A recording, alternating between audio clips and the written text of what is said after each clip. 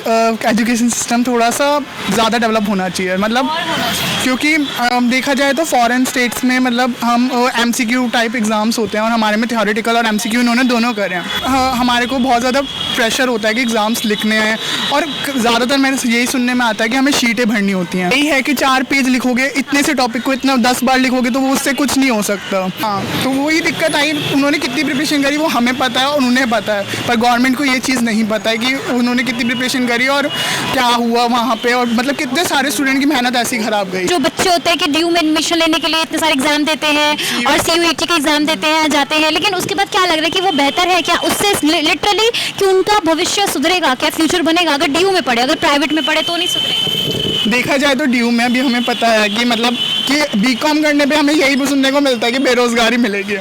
तो मतलब ड्यू हमें वो है कि हमारे को जॉब पर्पस के लिए रेडी नहीं करता है, बिल्कुल भी नहीं करता है। हम यहाँ पे खुद से पढ़ते हैं, खुद ही जॉब ढूंढते हैं और फिर उसका एक्सपीरियंस भी हमें खुद लेना होता है। हाँ, इसमें वो जो अपना प्रोफेशनल कोर्सेज करना चाहते हैं CA CMA वो जा सकते हैं ड्यू सोल में, और ड्यू में जो रेगुलर जाना है वो जा सकते हैं। सबसे पहले क्या नाम है आपका? मेरा नाम आदित्य श्रीवास्तव है। आदित्य। एंड आपका? राज जायसवाल। राज जायसवाल। तो आदित्य यहाँ पर क्या कहेंगे, दिल्ली यूनिवर्सिटी के स्टूडेंट है, पहले तो ये बताइए कैसा लग रहा है दिल्ली यूनिवर्सिटी में पढ़ कर? दिल्ली यूनिवर्सिटी में पहले लगता था कि मतलब कुछ है, पर अब हम जब पढ़ने स्टार्ट करा हमने, तो अभी 1 ईयर हमारा हो चुका है, हम 2nd ईयर में।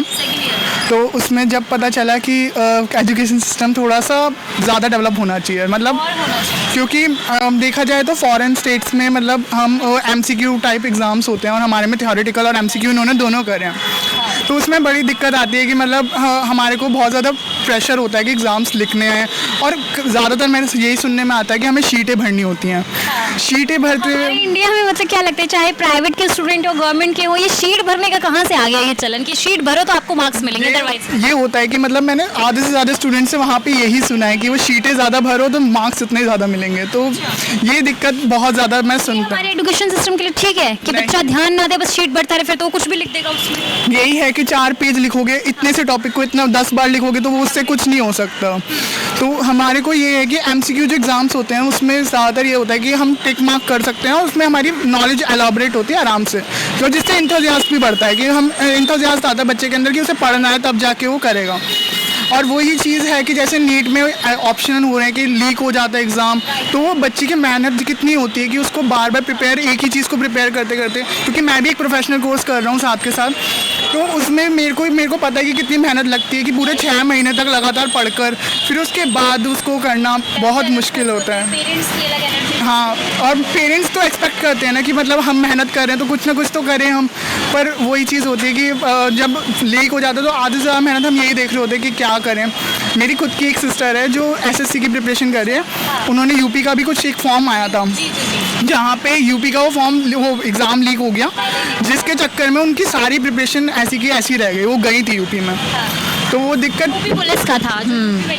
हाँ, तो वही दिक्कत आई। उन्होंने कितनी प्रिपरेशन करी वो हमें पता है और उन्हें पता है, पर गवर्नमेंट को ये चीज़ नहीं पता है कि उन्होंने कितनी प्रिपरेशन करी और क्या हुआ वहाँ पे, और मतलब कितने सारे स्टूडेंट की मेहनत ऐसी खराब गई है। अच्छा, जैसे अभी नीट एग्जाम का लगातार बोला था कि पेपर लीक हो गया, कुछ लोग कह रहे हैं कि अब ये ऑनलाइन मोड में भी होना चाहिए, तो आप लोग को क्या लग रहा है कॉम्पिटिटिव एग्जाम, क्योंकि नीट कोई छोटा मोटा एग्जाम नहीं, UPSC के बाद जो हम कह लें यही आता है, तो ये अगर ऑनलाइन मोड में हो तो बेहतर है क्या स्टूडेंट्स के लिए? ऑनलाइन मोड पे तो मुश्किल लगता है कि मतलब आधे से ज़्यादा चीटिंग्स भी होती हैं ऐसे, मतलब हमें पता है कि ऑनलाइन मोड पे चीटिंग होती ही होती है।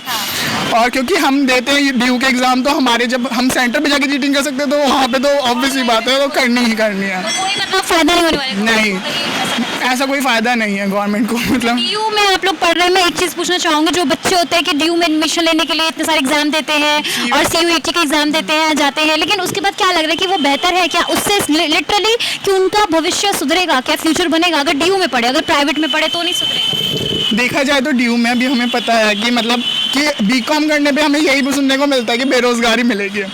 तो मतलब ड्यू हमें वो है कि हमारे को जॉब पर्पस के लिए रेडी नहीं करता है, बिल्कुल भी नहीं करता।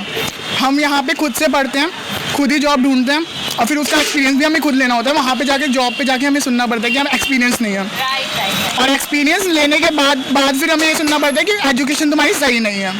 और ख़ासतौर से डिस्टेंस लर्निंग में कुछ भी उन्होंने कुछ भी नहीं दे रखा है। तो बेसिकली हम ये समझ सकते हैं, से कंक्लूड कर सकते हैं कि चाहे वो गवर्नमेंट हो प्राइवेट हो, लेकिन बच्चों को खुद से ही वर्क करना पड़ेगा। यहाँ पर एजुकेशन सिस्टम है जो मेन रीज़न है कि बच्चों को ना कॉलेज में सही से एजुकेशन मिल पा रही है, ना ही प्राइवेट या गवर्नमेंट की हम बात कर रहे हैं। तो एजुकेशन सिस्टम पे मेन आप क्वेश्चन उठा रहे हैं। हाँ, तो एजुकेशन सिस्टम को थोड़ा समझना चाहिए।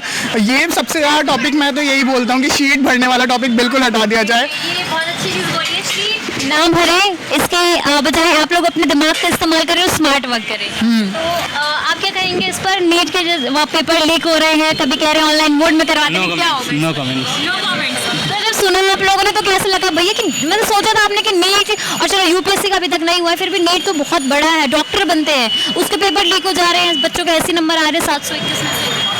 No comments. कुछ नहीं कहेंगे। अच्छा, आप कैसे ड्यू में हैं, आप पढ़ रहे, बीकॉम कर रहे हैं, कैसा लग रहा है वहाँ पर? अच्छा लग रहा है कॉलेज? अच्छा है, मतलब संडे जाना होता है उसमें भी, और जिसकी मर्जी हो वो जा सकता है। अच्छा, मतलब ऐसा ही है? हाँ, तभी तो ड्यू सोल है और ड्यू प्राइवेट अलग है। प्राइवेट अलग है, तो प्राइवेट और इसमें कुछ डिफरेंस लग रहा है आपको सोल में? हाँ, इसमें वो जो अपना प्रोफेशनल कोर्सेज करना चाहते हैं CA CMA वो जा सकते हैं ड्यू सोल में, और ड्यू में जो रेगुलर जाने वो जा सकते हैं। अच्छा, और जो प्रैक्टिकल्स की बात करें, अगर जो प्रैक्टिकल चीज़ें करवाई जाती है, क्या वो ड्यू में मिलती है या फिर प्राइवेट में ज़्यादा मिलती है? प्राइवेट में ज़्यादा मिलती हैं। प्राइवेट में ज़्यादा मिलती है। तो आजकल जो अगर जॉब करें आप इन फ्यूचर, तो आपकी स्किल्स देखी जाती है या आपको नॉलेज की, आप कितनी शीटें बढ़ के आए हैं, भर के आए, कितना आप एग्जाम में मार्क्स लेकर आए हैं, क्या ये चीज़ मैटर करती है? आपकी स्किल्स देखी जाएगी, मार्क्स नहीं देखे जाएंगे। स्किल देखी जाती है, मार्क्स नहीं देखे जाते हैं। तो यहाँ पर देखिए बहुत अच्छी बात बोली यहाँ पर इन लोगों ने, और भी ऐसे स्टूडेंट्स हैं, उनसे भी हम आपको लगातार बात करके बताएंगे उनके ओपिनियन भी क्या है इस चीज़ पर। तो बने रहे हमारे चैनल विद्या लाइव के साथ।